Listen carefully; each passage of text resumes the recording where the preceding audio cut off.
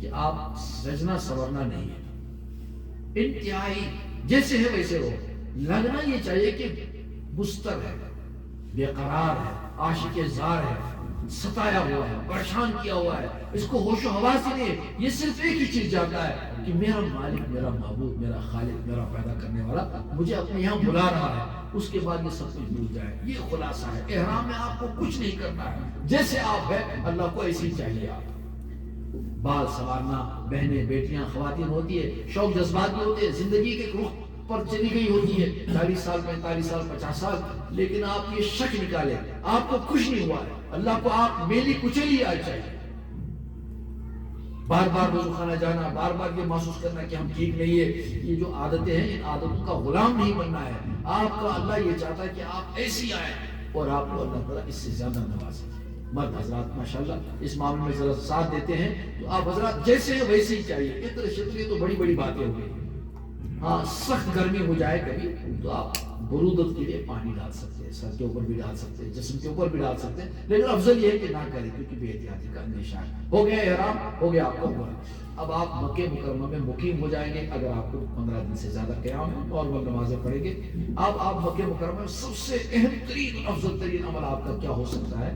ہمارے اکابر علماء نے لکھا ہے کہ دنیا میں آپ یہ عبادت کہیں نہیں کر سکتے جو مکے میں نمازوں کی بات کر سکتے ہیں۔ وہ عبادت جی کوئی بتائے کون سی عبادت ہے؟ طواف۔ بہت مشہور طواف کی وہ عبادت دنیا میں کسی خطے میں آپ نہیں کر سکتے، اس لیے حتی الامکان سارے اعضاء و جوارح تازہ اور تر رکھیں کس کام کے لیے؟ طواف کے لیے۔ باقی باتیں بھی آپ کر سکتے ہیں، نوافل کثرت سے پڑھ سکتے ہیں، لیکن نوافل کی جگہ اگر آپ طواف کر سکتے ہیں چاہے نفس یا طبیعت مانے یا نہ مانے، نفس کو منانا ہے نہ میں طواف ہی کروں، کیونکہ طواف آپ زندگی کے جتنے کر سکتے ہیں وہی کر سکتے ہیں اور کچھ نہیں کر سکتے کہیں اور۔ نوافل بھی پڑھے، اس میں بھی اپنا دم ہے، اپنا رنگ ہے، اپنی چھلک ہے، لیکن زیادہ سے زیادہ کوشش کریں اگر صحت ساتھ دیتی ہے، لیکن اوسط یہ ہے کم سے کم 24 گھنٹے میں 1 یا 2 طواف کر لیں۔ چلو 10 طواف نہ کرے، 5 طواف، جو بالکل باہمت نوجوان ہیں ان کے لیے کوئی پابند نہیں، جتنا ہو سکے، اور انشاءاللہ کچھ نہیں ہوگا۔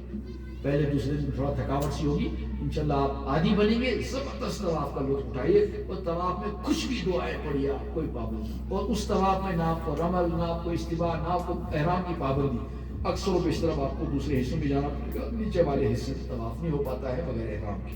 آپ لمبا طواف کر لیں، خوب لطف لے لیں اس کا، جتنی دعائیں ہیں یاد کر لیں وہ پڑھتے رہیں۔ اب آپ 2 دن 4 دن 8 دن 10 دن مکے میں یہی سب کرتے رہیں، اس کے بعد 8 ذی الحجہ ہے، بس اگلے 5-10 دنوں میں سمجھ 8 ذی الحجہ آئے گا۔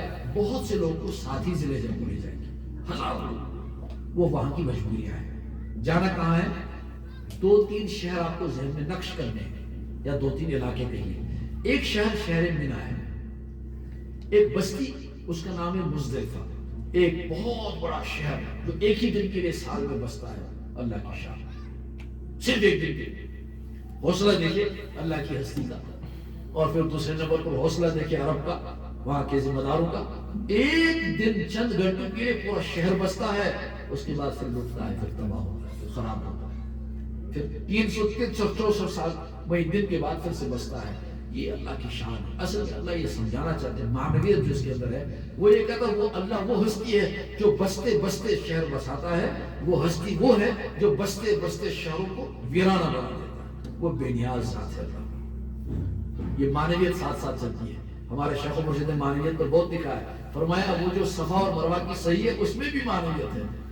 پہلے زمانے میں جب آج نہیں تھا، وہاں تو ایئر کنڈیشن ہالز ہے، پہلے زمانے میں ایسے 50-60 سال پہلے وہاں مارکیٹ لگتے تھے، تو مولانا نے لکھا مارکیٹ ہوتے تھے، چیزیں بکتی تھی، تو وہ چیزیں بیچارہ بیچتا ہے اور شور مچاتا ہے، خریدو خریدو خریدو، لیکن جو صفا مروہ کی صحیح ہے اس کو اس سے کوئی لینا دینا، وہ بیچارہ اپنا اللہ سبحان اللہ الحمدللہ سبحان اللہ الحمدللہ وہ دوڑے جا رہا ہے، اور وہ پیچھے پیچھے اس کو سامان بیچ رہا ہے، اس کو اس کے سامان سے کوئی اثر یا اس کی بات سے کوئی اثر نہیں پڑتا ہے۔ شیخ نے لکھا یہی معنویت اس دنیا کی ہے کہ عابد اللہ کا بندہ اپنی بندگی میں رہتا ہے، زید کیا کر رہا ہے، بکر کیا کر رہا ہے، عمر کیا کر رہا ہے، فلاں کیا کر رہا ہے، اس میں نہیں پڑتا، وہ اپنی بندگی کے چادر پورا کرتا ہے۔ یہ مولانا صاحب کی یہ معنویت ہے، اصل میں صحیح بتاتی ہے کہ دنیا جو کچھ کرے کرے تم اپنی صحیح میں لگے رہو۔ ہم مسلمان دنیا میں اس لیے آئے کہ ہم اپنی آخرت سنبھالیں۔ مسلمانوں کا دنیا میں آنا مرنا اور ایک پل کی طرح ہے. یہ مرنے کے لیے اس لیے آیا ہے کہ پل سے یہ آخرت میں پہنچے گا,